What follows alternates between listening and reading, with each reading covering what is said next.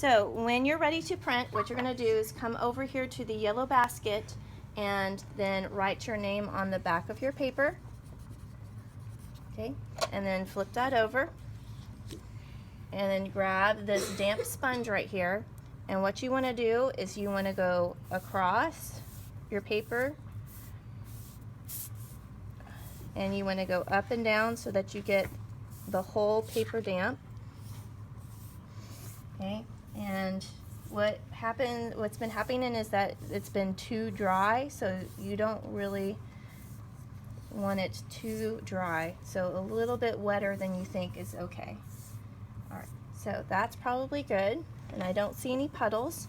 So now what you're going to do is take your print, the marker side down, you put it on the transparency on the paper, and once it's down, and then you can take a paper towel actually, and it's a little easier to rub. Okay. And there will be a little bit of bleeding. That's okay, it will make it look more painting like. All right, and then you can also just kind of peek to see if it's working, and it looked like it is. All right, so, and then you just take it off. There you go. Okay, so this will go on the drying rack to dry, and you're all done.